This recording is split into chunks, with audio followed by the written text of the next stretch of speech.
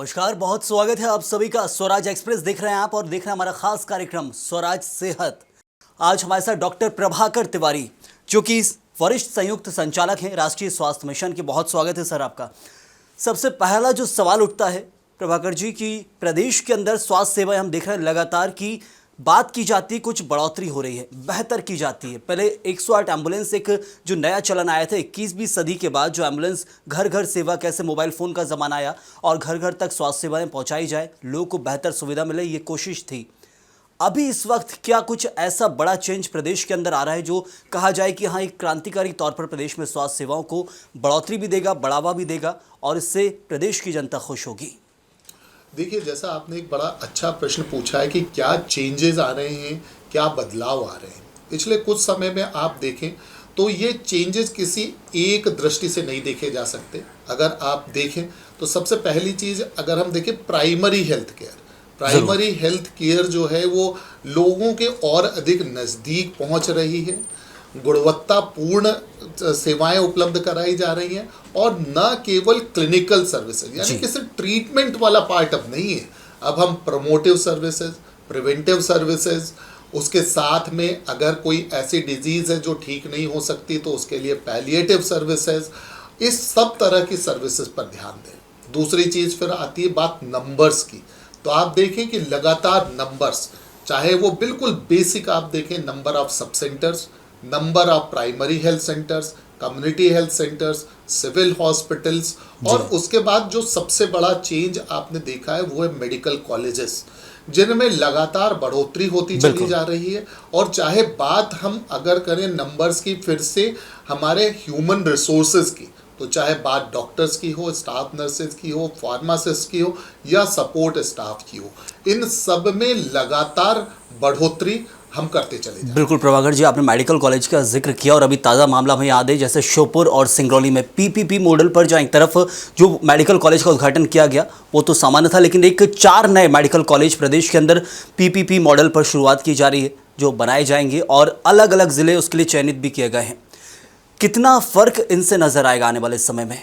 देखिए, अब जैसे हमने पहले बात की शुरुआत की कि नंबर ऑफ मेडिकल कॉलेज लगातार बढ़ते चले जा रहे हैं, और अगर हम मेडिकल कॉलेजेस की बात करें तो ये बात सिर्फ कुछ नए डॉक्टर्स पैदा करने की या नए डॉक्टर्स ट्रेन करने की, चाहे वो ग्रेजुएट हैं या पोस्ट ग्रेजुएट हों, उनकी भर बात नहीं है। जिस जगह पर मेडिकल कॉलेज खुलता है उस जगह पर लोगों को डॉक्टर्स के साथ साथ, डॉक्टरी की पढ़ाई के साथ, बाकी जो मेडिकल कोर्सेज हैं, जैसे कि नर्सिंग के कोर्सेज हैं, जैसे दूसरे टेक्नीशियन से, चाहे वो बात ओटी टेक्नीशियंस की हो, चाहे वो डीएमएलटी कोर्सेज हों या दूसरे पैरामेडिकल कोर्सेज हों, वो भी उसके साथ चलते हैं आमतौर पर। इसके साथ साथ जो रोजगार मिलता है, अगर एक मेडिकल कॉलेज खुलता है तो हजारों लोगों को, जो कुछ ट्रेंड हो सकते हैं, कुछ अनट्रेंड, बहुत ही बेसिक लोग हो सकते हैं, कुछ पढ़े लिखे हो सकते हैं, कुछ अनपढ़ हो सकते हैं, उन सबको रोजगार। मतलब सर कि ये इंफ्रास्ट्रक्चर के साथ एजुकेशन में बहुत फ़र्क आएगा पीपीपी मॉडल से? बिल्कुल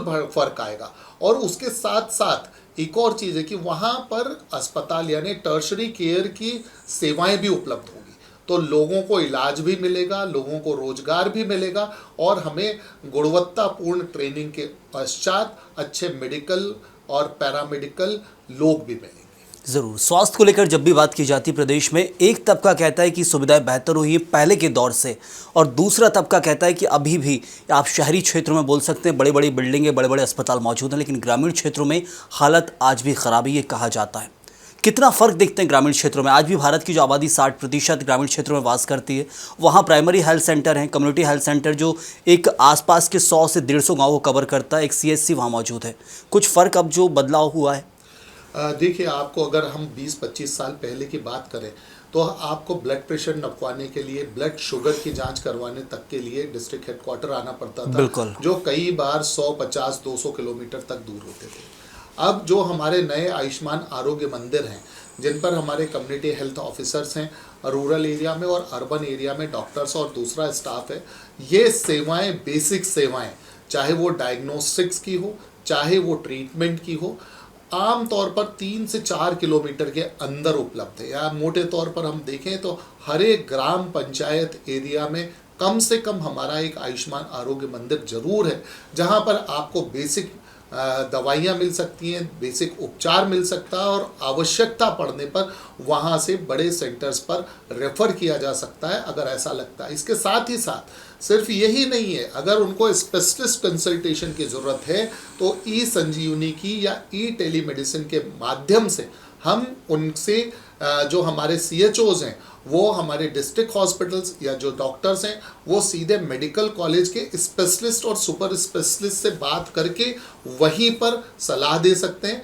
अगर ऐसा है कि उनको वहीं ट्रीटमेंट दिया जा सकता है तो लोकल लेवल पर ट्रीटमेंट दे सकते हैं, और अगर ऐसी ज़रूरत पड़ती है कि उनको मेडिकल कॉलेज या किसी अन्य स्तर पर रेफ़र किया जाना है तो जैसा आपने खुद ही बात की कि 108 जो हमारी निःशुल्क परिवहन सेवा है उसके माध्यम से उसको उस ट्रीटमेंट स्थल तक पहुंचाया जा सकता है। बिल्कुल, तो मतलब कुछ बदलाव तो ऐसा आया है। 2011-12 में हमने देखा कैसे 108 एम्बुलेंस को लॉन्च किया गया था, प्रदेश में बहुत सारी चीज़ें बदली थी, सुविधाएं लोगों को मिलना शुरू हुई थी। लेकिन अब मेडिकल की पढ़ाई का जब भी जिक्र किया जाता है, नए कॉलेजेस खुल रहे हैं, इंफ्रास्ट्रक्चर मजबूत हो रहा है, जो सोच है, लक्ष्य है कि हर ज़िले में एक मेडिकल कॉलेज हो, वो आने वाले समय में भविष्य में धीरे धीरे दिखाई दे सकता है। लेकिन सबसे बड़ी चीज़ कि हिंदी में मेडिकल की पढ़ाई की बात की गई थी सर प्रभाकर जी, हिंदी में मेडिकल की पढ़ाई, और उसको लेकर देश के अंदर पहला एजुकेशन सिस्टम ऐसा डेवलप किया जा रहा था। गृह मंत्री देश के अमित शाह आए थे, उन्होंने उद्घाटन भी किया, शुरुआत की। लेकिन एक आंकड़ा ये बताया जा रहा है कि अभी तक कोई मेडिकल में एजुकेशन में जहाँ एडमिशन नहीं हुआ हिंदी में, क्या ये सच है? और आगे इसका कितना प्रयोग देख रहे हैं मेडिकल के एजुकेशन में हिंदी में? देखिए, ये बात सिर्फ हमारी एक उपयोगिता से ही जुड़ी हुई बात नहीं है, हमारे आत्मसम्मान से भी जुड़ी हुई बात। ज़रूर। हिंदी हमारी मातृभाषा, और अगर हम अपनी मातृभाषा में कोई भी टेक्निकल एजुकेशन देते हैं या कोई भी एजुकेशन देते हैं, मैं तो टेक्निकल एजुकेशन में एजुकेशन की बात करूं, शिक्षा की बात करूं, चाहे वो चिकित्सकीय शिक्षा हो चाहे तकनीकी शिक्षा हो, तो ये हमारे लिए अत्यंत गर्व की बात है। और निश्चित तौर पर किसी भी चीज़ की उपयोगिता को शामिल साबित करने के लिए साल 2 साल कोई वक्त नहीं होता। जैसे जैसे हम आगे बढ़ेंगे, अभी तक अगर आप देखें तो जो हमारी पुस्तकें थी उसकी उपलब्धता उतनी अधिक नहीं थी जितनी कि उसकी मांग थी, या जितनी जगह पर हर एक मेडिकल कॉलेजेस में।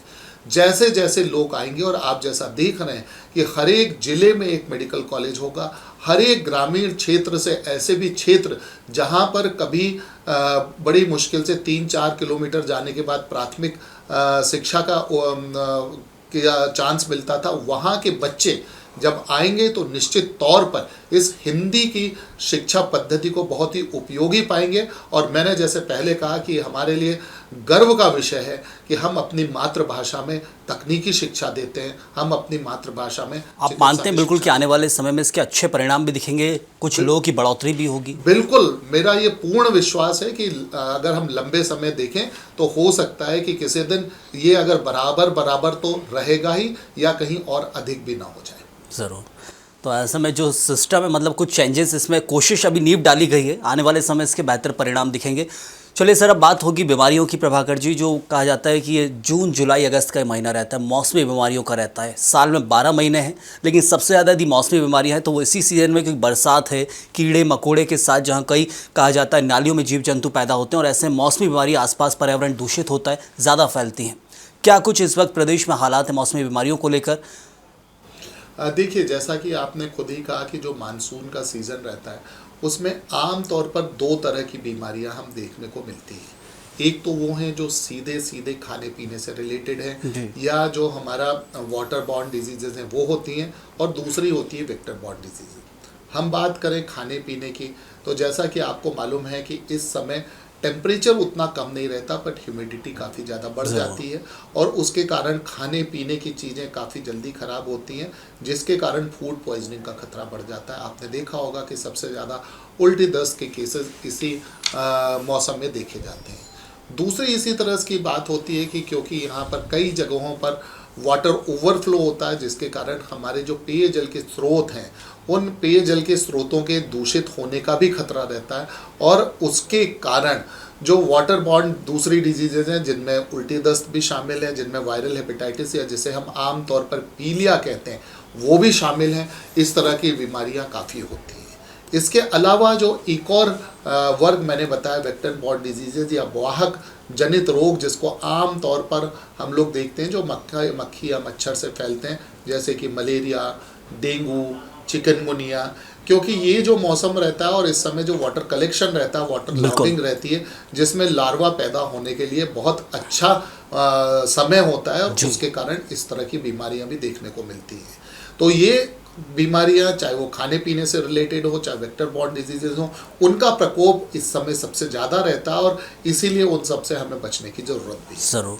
तो प्रदेश और देश के अंदर क्या कुछ स्वास्थ्य की स्थिति वो तो आप बता रहे हैं, लेकिन सबसे ख़ास चीज़ हमने देखा कि एक ऐतिहासिक जो ये पीढ़ी रही है, इसने एक ऐतिहासिक बीमारी दिखी, जो देखा कोरोना काल। कोरोना काल में कैसे लोगों की जान चली गई, कुछ लोग जो बच गए, आज वैक्सीन मिल गई, उनके इम्यूनिटी सिस्टम यानी रोग प्रतिरोधक क्षमता जो मजबूत थी, उस कारण को जीवन मिल गया। लेकिन अब जो इम्यूनिटी डोज इनको बताया गया कि डोज जो दिया गया था वैक्सीन का, उसके अलावा बूस्टर डोज दिया गया, ये हमेशा कहा जाता है या कहा जाए कि मैं आपसे बात करूं कि भ्रम भी है ये फैला हुआ लोगों के बीच में कि वो इम्यूनिटी के लिए जो डोज दिया गया था वैक्सीन का, उसके भविष्य में कोई परिणाम नहीं है, हार्ट अटैक आता है, डिजीज़, ये कुछ की जाती हैं बातें। क्या ये सही है या सिर्फ भ्रमित ही करने के लिए? क्योंकि वो वैक्सीन से रोग प्रतिरोधक क्षमता बढ़ाई गई है, लेकिन कुछ हार्ट अटैक के कुछ ऐसे केसेस सामने आते हैं जिसमें बताया कि बूस्टर डोज के कारण ऐसा हुआ है। सब भ्रम जो है, इसको लेकर आप क्लियर कीजिएगा। देखिए, पहली चीज़ तो है, आज तक कोई भी स्टडी ये साबित नहीं कर पाई है जो बड़ी संख्या में की गई हो कि उसके ऐसे कोई एडवर्स इफेक्ट रहे हों। जो हार्ट अटैक्स हैं, आप देखें कि लगातार उनकी जो संख्या बढ़ रही है, वो दो कारण हम कह सकते हैं। पहली चीज़ तो ये कि हमारा रहन सहन परिवर्तित हो रहा है, हम सेडेंट्री हैबिट्स की तरफ जा रहे हैं। दूसरी तरफ हमारी डायग्नोस्टिक फैसिलिटीज़ लगातार अच्छी होती जा रही हैं, जिससे वो केसेस जो पुराने ज़माने में आपने देखा होगा, कई बार हम गाँव में सुनते थे, वो तो बिल्कुल ठीक ठाक थे, रात को सोए, सुबह उठे नहीं, या आदमी चलते चलते अपने खेत से काम करते आ रहा था, सडनली गिर गया और नहीं रहा, या वो आदमी स्कूटर या साइकिल या कार चला रहा था, रास्ते में ही अटैक आया, नहीं रहा। अब हर एक छोटी छोटी चीज़ों की डायग्नोसिस और अधिक सरल हो गई है, जिसके कारण से ऐसा लगता है हमें कि नंबर्स बढ़ रहे हैं। नंबर पहले भी थे। हाँ, ये ज़रूर है कि कुछ ऐसी बीमारियां जिनमें रहन सहन का बहुत ज़्यादा इफेक्ट था, वो लगातार बढ़ रही हैं। पर जहाँ तक बात कोविड वैक्सीनेशन की है, कोविड वैक्सीनेशन का हार्ट अटैक से सीधा संबंध अभी तक साबित होने वाली कुछ जानकारी नहीं मिली है। अतः लोगों को ये बिल्कुल भ्रमित नहीं होना चाहिए कि अगर उन्होंने कोविड का वैक्सीनेशन करवाया है तो वो अधिक खतरे में है, बल्कि हम भाग्यशाली है कि हमें समय पर कोविड की वैक्सीन मिल गई, जिसके कारण हमारी जान बची। बिल्कुल। तो ये जो भ्रम था उसके ऊपर से तो पर्दाफाश हो गया, लेकिन क्या डॉक्टर प्रभाकर तिवारी जी मानते हैं कि आज भी कहीं कोरोना का केस है देश या दुनिया में? क्योंकि आज भी रह रहकर कुछ आता है कि सुनते हैं, हम लोग पेपर में पढ़ते हैं खुद ही कि एक कोरोना वायरस से पीड़ित है, कोरोना केस निकल गया, या थाईलैंड गया था तो वहाँ से जो कहा जाता है कि वायरस इससे छू गया वैक्सीनेशन के बावजूद। क्या कुछ ये रहता है? देखिए, जो कोविड है वो एक बार आया और अभी तक की जो कंडीशन है वो हमारे साथ रहने वाला है। इसकी तीव्रता कम या ज़्यादा हो सकती है, और चूंकि यह एक वायरल डिजीज़ है तो आम तौर पर वायरसेस में वायरल शिफ्ट और ड्रिफ्ट होते रहते हैं, और इनके कारण इनका रूप रंग बदलता रहता है, और उनके कारण इनकी जो अटैक करने की क्षमता है वो कम या ज़्यादा हो सकती है। तो मोटे तौर पर हम देखें तो जो यूनिवर्सल प्रिकॉशंस हम पहले रखते थे, अभी भी हम वो प्रिकॉशन आम तौर पर, स्पेशली जिनकी इम्यूनिटी कम है, जिनकी प्रतिरोधक क्षमता कम है, वो विशेष तौर पर रखें। क्योंकि कोविड अभी नियर फ्यूचर में तो ऐसा नहीं लगता कि पूरी तरह से ख़त्म होगा। जैसे दूसरी बीमारियां थी, आपने देखा होगा, पहले एक बार बर्ड फ्लू आया था, फिर स्वाइन फ्लू आया था, उसी तरह से कोविड आया। कोविड थोड़ी सी ज़्यादा गंभीरता के साथ आया। तो ये सभी बीमारियां आज भी हैं, और इसलिए सावधानी अब भी हमें बरतने की ज़रूरत है। यदि बेस्ट सेफ्टी चाहते हैं तो आज भी मास्क का उपयोग करना चाहिए, आपका उससे बुरा नहीं होगा। बिल्कुल सीधी सी बात है, ये समझा जाए। आपकी बात बिल्कुल सही है। मास्क न केवल कोविड से बचाएगा, बल्कि दूसरे बहुत सारे संक्रामक रोगों से और दूसरे पर्यावरण के प्रदूषण के कारण होने वाले रोगों से आपको निश्चित बताएगा। जरूर। एक और चीज़ हमने सुनी कि HPV वैक्सीन लॉन्च होने वाली है प्रदेश के अंदर। आपका कहना बिल्कुल सही है। HPV जो वैक्सीन है, या ह्यूमन पेपिलोमा वायरस जो रहता है, वो सर्वाइकल कैंसर का, जो कि महिलाओं में बहुत बड़ा कारण है मॉर्बिडिटी और मोर्टेलिटी का, उसके विरुद्ध सरकार एक बड़ा कैंपेन शुरू करने जा रही है। आपने देखा होगा कि बजट के समय आपने अगर बजट भाषण सुना हो उसमें भी ये प्रोविज़न किए गए थे। तो अगर मोटे तौर पर हम देखें तो इसकी तैयारियां ज़ोर शोर से चल रही हैं और जहां तक संभावना है कि निकट भविष्य में अगर पूरे देश में नहीं तो कम से कम कुछ प्रदेशों में निश्चित तौर पर हम इस वैक्सीनेशन को शुरू होता हुआ देख सकते हैं। और मेरी ये अपील भी रहेगी हमारे सभी दर्शकों से, सभी श्रोताओं से कि जब भी HPV वैक्सीन आता है, सामने आता है और उसको लगवाने की बारी आती है, आप ज़रूर लगवाएं। ये हमारी जितनी माताएं बहनें हैं उनके सब के लिए ये जीवन रक्षक साबित होगा और इसे हमें ज़रूर लगवाना चाहिए। ज़रूर। तो ये कुछ कहा जा सकता है कि एक तरक्की है स्वास्थ्य के क्षेत्र में, जिसको लेकर ये जल्दी तैयारी अब सरकार की तरफ से की जा रही है, मिशन मोड पर ही काम किया जा रहा है। प्रभाकर जी, एक और जो सवाल खड़ा होगा, प्रदेश में आपने बताया स्वास्थ्य सेवाएं कैसे बेहतर हुई हैं। 21वीं सदी लगने के बाद तो बहुत कुछ सुधार आया है और जो कहा जाता है कि प्रदेश के अंदर अब गांव-गांव तक कैसे 108 एम्बुलेंस के जरिए लोगों को सुविधाएं दी जाती है। लेकिन सबसे महत्वपूर्ण सवाल है कि कुछ केस जो सामने आते हैं, आज भी हम दिन भर न्यूज़ चैनल में देखते हैं कि ऐसे मामले सामने आते हैं जहाँ गर्भवती महिलाएँ आज भी अस्पतालों में वो सुविधाएं नहीं मिल पाती है, CHC सेंटर्स में ख़ास तौर पर। उसके लिए बहुत सारे वैकल्पिक सुविधाएं दी गई हैं, लेकिन प्रदेश में उन स्वास्थ्य सुविधाओं को कैसे बेहतर किया जाएगा? क्योंकि दूरस्थ इलाकों में, आज भी दूरस्थ अंचलों में कहा जाता है स्वास्थ्य सुविधा अभी भी ठीक नहीं हुई है, वहाँ ग्रामीण परेशान है। कारण कुछ और बताए जाते हैं, या तो लापरवाही अस्पताल की होती है, प्रबंधन की लापरवाही होती है। उसको लेकर क्या एक्शन लिए जाते हैं?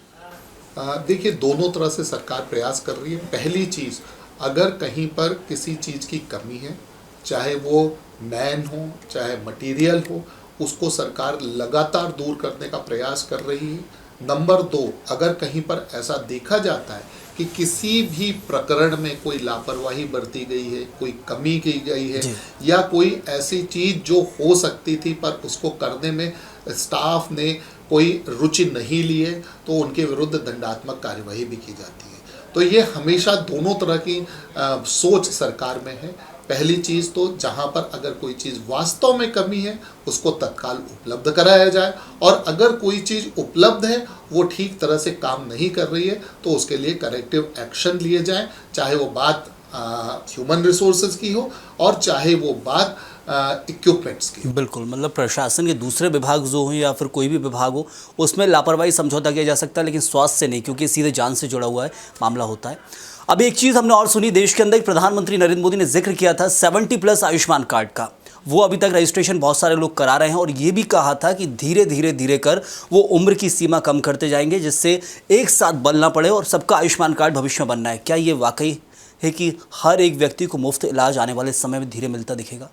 देखिए, जिस तरह से अगर आप देखें 70+ या 70 वर्ष से अधिक उम्र के सभी लोगों को, चाहे वो किसी भी जाति वर्ग का हो, चाहे वो किसी भी APL हो, BPL हो, सभी को ये सुविधाएं उपलब्ध हैं। आपने देखा होगा, कई बार हमने देखा था कि स्पेशली जो गरीब परिवार रहते थे उनमें इस तरह के जो वृद्ध हमारे माता पिता दादा दादी रहते थे उपेक्षित रह जाते थे, क्योंकि उन पर लोग खर्चा करना तर्कसंगत नहीं मानते थे। सरकार ने इसको देखा और ये माना कि हमारे जो वृद्ध हैं, जो सीनियर सिटीजन्स हैं, वो हमारे लिए लायबिलिटी नहीं है, हमारे एसेट्स हैं और उनका ध्यान रखना हमारा कर्तव्य है। और इसीलिए जो माननीय प्रधानमंत्री जी द्वारा योजना शुरू की गई थी, उसका एक और फ़ायदा है। अगर हम आयुष्मान कार्ड की बात करें तो आयुष्मान कार्ड में भर्ती होने पर चिन्हित अस्पतालों में एक परिवार को 5 लाख रुपए तक की निःशुल्क सेवा दी जाती है, जबकि जो 70+ है उसमें एक व्यक्ति को भर्ती होने पर 1 साल में 5 लाख रुपए तक की सेवा दी जा सकती है। यानी कि एक व्यक्ति 5 लाख रुपए के मुफ्त इलाज का भर्ती होने पर हकदार है। तो निश्चित तौर पर ये एक, जिसको कहते हैं, गेम चेंजर है। ये गेम चेंजर उन सभी लोगों के लिए जो कभी किसी ज़माने में सिर्फ पैसा उपलब्ध ना होने के कारण या साधन उपलब्ध ना होने के कारण उपचार से वंचित रहते थे। आप अगर देखें तो इसके माध्यम से निःशुल्क परिवहन में उस आदमी का आना, वापस जाना, उसके साथ में उसका इलाज अगर अस्पताल में भर्ती है तो अस्पताल से उसको भोजन भी मिलेगा। तो सभी चीज़ों का ख्याल इस योजना में रखा गया है और इसका निश्चित तौर पर अगर हमारे आसपास कोई भी व्यक्ति है जिसकी हम मदद करना चाहते हैं तो निश्चित तौर पर हमें उनका ये आयुष्मान कार्ड बनवाना चाहिए, जिसको वय वंदना कार्ड भी हम कहते हैं अगर वो 70+ के लिए है। तो स्वास्थ्य की बात यानी जीवन से जुड़ी बात होती है ये, और ये व्यापक विषय मेरा ये मानना है, इस पर जितनी चर्चा करें उतना कम है। मेरी एक और जिज्ञासा है यहाँ पर कि प्रदेश के अंदर हम देखते हैं कुछ अस्पताल, प्राइवेट हॉस्पिटल्स जो हैं उनका मन मुताबिक रेट रहता है। वहाँ पर लोगों की मजबूरी होती है बेहतर स्वास्थ्य सुविधा के लिए जाने के लिए। वैसे तो सेंट्रल गवर्नमेंट का एम्स भी चल रहा है प्रदेश के अंदर भोपाल में, लेकिन कुछ सरकारी अस्पताल के साथ प्राइवेट हॉस्पिटल्स हैं देश के अलग अलग कोनों में है, प्रदेश के अलग अलग कोने में है, हर शहर में, छोटे शहर में, बड़े शहर में। कैसे उन पर लगाम लगाती है सरकार, क्योंकि उनका एक अलग रेट लिस्ट होता है, बहुत ज़रूरी है चर्चा का विषय। उनकी मेडिकल की जो सिस्टम रहता है उसका अलग रेट लिस्ट रहता है, क्योंकि वहाँ पर यदि कोई गरीब या मिडिल क्लास गया और उसके बाद उसको जो सरकारी अस्पताल में 2500 का प्लास्टर या 2000 में या 500 रुपये में लगना था, उसको सीधे 10,000 लग जाता है 1 घंटे में खड़े खड़े। ये चीज़ मैंने देखी है, मेरे पास उदाहरण भी है। कैसे इन प्राइवेट हॉस्पिटल्स के रेट लिस्ट पर लगाम सरकार लगाती है? क्या इनको लेकर कोई मापदंड कुछ तय किया जाता है? देखिए, जितने भी प्राइवेट इंस्टीट्यूशंस हैं, मेडिकल इंस्टीट्यूशंस की मैं बात कर रहा हूँ, वो सभी नर्सिंग होम एक्ट के तहत गवर्न होते हैं और उनके लिए हमारे सक्षम प्राधिकारी उस पर्टिकुलर ज़िले के CMHO होते हैं जी। तो कोई भी ऐसा अस्पताल जो किसी ज़िले में चल रहा है वो उसी CMHO के अधीन होता है और अगर किसी भी रोगी को ऐसा लगता है कि उसे उपचार के संबंध में कोई शिकायत है तो वो वहाँ पर शिकायत कर सकता है और इसके साथ में अपनी शिकायत इवन राज्य स्तर पर भेज सकता है और जिला स्तर पर ही उसकी शिकायत का निवारण की सुविधा उपलब्ध है। प्राइवेट हॉस्पिटल्स को लेकर कोई सरकारी गाइडलाइंस मतलब मौजूद हैं? अब मैंने बिल्कुल कहा ना कि ये सभी जो है नर्सिंग होम एक्ट के तहत ही गवर्न होते हैं। नर्सिंग होम एक्ट उस जो चाहे उस जिस स्थल पर हो उसको जो स्टेट्यूटरी बाइंडिंग्स पूरी करनी हो, चाहे वो बात फायर NOC की हो, चाहे वो बात वेस्ट डिस्पोजल की हो, चाहे वो बात वहाँ पर उपलब्ध स्पेस की हो, सभी चीज़ें उसमें अच्छी तरह से उल्लेखित हैं। बिल्कुल। तो प्रदेश के अंदर स्वास्थ्य सुविधाएं लगातार जो बेहतर हैं, एक्ट भी हैं गवर्नमेंट के बने हुए जिनको फॉलो करने के लिए प्राइवेट हॉस्पिटल्स बाध्य हैं। सबसे बड़ी चीज़ प्रभाकर जी, प्रदेश में स्वास्थ्य सुविधाएं हमेशा बेहतर होती, जो भी सरकार आती वो भी ये कहती है कि हमने पहले से बेहतर काम किया है, लेकिन जनता के मापदंड पे जो खरा उतरने की बात होती है उस पर ये कहा जाता है कि हॉस्पिटल्स बहुत बन रहे हैं लेकिन हॉस्पिटल्स के अंदर जनसंख्या भी उतनी बढ़ रही है। मौसमी बीमारियाँ उसका खास कारण है, उस वक्त अस्पतालों में भारी भीड़ रहती है।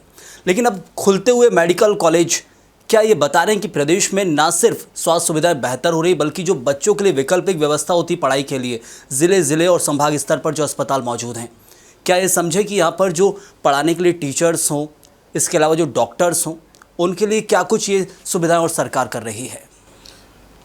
देखिए, ऐसा है कि सुविधाओं की जैसे मैंने बात की, प्राइमरी, सेकेंडरी, टर्शरी तीनों लेवल पर सुविधाएं लगातार बढ़ रही हैं। मैंने कहा कि अगर हम बात करें उप स्वास्थ्य केंद्र, प्राथमिक स्वास्थ्य केंद्रों की, तो उसमें आयुष्मान आरोग्य मंदिर के तौर पर चाहे वो बात क्लिनिकल सर्विसेज की हो, प्रिवेंटिव सर्विसेज की हो, प्रोमोटिव सर्विसेज की हो, आपको ये मालूम ही है कि अब इवन जो योग और दूसरे व्यायाम हैं वो भी हमारे क्यूरिकुलम में शामिल है। इसी तरह से आपने देखा होगा कि कई बार ऐसा होता था कि ब्रेन स्ट्रोक हो गया, किसी को लंबे समय तक नर्सिंग केयर की ज़रूरत है, तो वो जो पैलिएटिव केयर है उसकी भी हम लोग बात कर रहे हैं। आपने देखा होगा कि पहले फिजियोथेरेपी सर्विसेज बहुत ज़्यादा उपेक्षित थी, अब वो फिजियोथेरेपी सर्विसेज हमारी ब्लॉक लेवल तक उपलब्ध हैं। डेंटिस्ट्री पहले जिला स्तर तक सीमित थी, डेंटिस्ट्री सर्विसेज अब हमारी जिला स्तर तक जा रही हैं और आप देख रहे होंगे कि बड़े शहरों में जहाँ पर हमारे बड़े टर्शरी इंस्टीट्यूशंस हैं वहाँ आर्गन ट्रांसप्लांट हो रहे हैं। जहाँ पहले रीनल ट्रांसप्लांट के लिए लोगों को बाहर जाना पड़ता था, अब लीवर ट्रांसप्लांट, हार्ट ट्रांसप्लांट तक हमारे शहरों में हो रहे हैं, जो मेडिकल टूरिज्म को बढ़ा रहे हैं। न केवल हमारे यहाँ के लोग बल्कि दूसरे प्रदेशों के लोग भी हमारे यहाँ पर उपचार के लिए आ रहे हैं। तो आप कोई भी फील्ड देख लीजिए, चाहे वो नए एस्टेब्लिशमेंट बनाना हो, चाहे पुराने एस्टेब्लिशमेंट्स का अपग्रेडेशन हो, PSC to CSC, CSC to civil अस्पताल, district hospital to medical colleges, चाहे वो नए स्पेशलिस्ट और सुपर स्पेशलिस्ट को शामिल करना हो, हर एक फील्ड में लगातार हम लोग आगे बढ़ रहे हैं और हमें उम्मीद है कि एक ज़माने में जब हमारे प्रदेश को भी बीमारू प्रदेशों की श्रेणी में रखा जाता था, जैसे हम ऊर्जा के क्षेत्र में आत्मनिर्भर हुए हैं, कृषि क्षेत्र में आत्मनिर्भर हुए हैं, निश्चित ही आप कुछ समय बाद देखेंगे कि स्वास्थ्य के क्षेत्र में भी हम आत्मनिर्भर होंगे और दूसरे प्रदेशों, दूसरे शहरों को हम सेवाएं उपलब्ध कराएंगे, जो हमने कोविड के समय किया भी है। एक और जिक्र किया जाता है हवाई एम्बुलेंस का। मुख्यमंत्री मोहन यादव भी करते नजर आए थे प्रदेश के अंदर और कहा गया था कि जो सीएमएससी जो होगा उस हॉस्पिटल के अलावा डिस्ट्रिक्ट मेडिकल ऑफिसर जो होते हैं, इसके अलावा कलेक्टर के साथ ये जिक्र करके कि पेशेंट को इमरजेंसी है तो हवाई एम्बुलेंस के ज़रिए से बेहतर सुविधा प्रदान की जाएगी। प्रदेश में ज़मीन पर भी उतर पाया है और कितनी सुविधाएँ दे पाए हैं? बिल्कुल, अगर आप देखेंगे तो लगभग 1 साल से सुविधा जारी है और इसके माध्यम से हमारे जो पेरीफेरल एरिया है, दूसरे सुदूर इलाके, रीवा से भोपाल या खरगोन से इंदौर या झाबुआ से इंदौर या भोपाल और इंदौर से मुंबई, दिल्ली, चेन्नई, सभी जगह पर यानी कि ऐसी कुछ सुविधाएं जो हमारे ही प्रदेश के दूरस्थ जिलों में उपलब्ध नहीं है। स्पेशली अगर कहीं पर कोई एक्सीडेंट हो गया है, अचानक ज़रूरत है, तो उसको ये सुविधाएं उपलब्ध कराई जा रही हैं और इससे एक ड्रास्टिक चेंज आया है। कई ऐसे लोगों की जानें बची हैं जिसको हम पहले ये मान सकते थे कि शायद ये न बच पाएँ, पर अब ये जो उम्मीद जागी है कि नहीं, इसको भी हम बचा सकते हैं, वो उम्मीद डे बाय डे और बलवती होती जा रही है। मतलब ये हवाई एम्बुलेंस की जो सेवा है वो ज़मीनी स्तर पर देखने को कुल मिलाकर मिलने लगी है। बिल्कुल। तो मैंने लगता है कि हर एक विषय को हमने साझा किया है यहाँ पर, चाहे मेडिकल से जुड़ा हो, एजुकेशन से जुड़ा हो, बच्चों की पढ़ाई हो जो मेडिकल में आना चाहते हैं, इसके अलावा स्वास्थ्य सेवाएं दूरस्थ अंचल में क्या कुछ चल रही है उनको लेकर। इसके साथ ही बहुत शुक्रिया अदा करूँगा डॉक्टर प्रभाकर तिवारी जी हमारे साथ जुड़ने के लिए, चर्चा करने के लिए। तो एक बड़ा मुद्दा है सेहत का। जब भी बात की जाती है सेहत की तो इसके ऊपर व्यापक ये विषय है, जितने सवाल लाए जाए कम है। ज़मीनी स्तर पर जो देखने मिल रहा है उससे अब तक कितना सुधार आया है, बीते दशकों में आज कितना सुधार आया और आने वाले समय में क्या देखने मिलेगा, वो इस वक्त मध्य प्रदेश में हो, देश में हो, वो सब चीज़ों को लेकर हमने चर्चा की है। आयुष्मान कार्ड एक बड़ा मुद्दा होता था, सरकार ने भी कहा है कि धीरे धीरे कर हमें एक कोशिश करने कैसे हर एक व्यक्ति तक मुफ्त इलाज की जो सुविधा है वो तो पहुंचाई जाती है, लेकिन मुफ्त में ज़्यादा पैसों में कोई गंभीर बीमारी उसका भी इलाज किया जाए, ये कोशिश है। तो स्वराज सेहत में फ़िलहाल के लिए इतना ही। आप बने रहिए स्वराज एक्सप्रेस के साथ।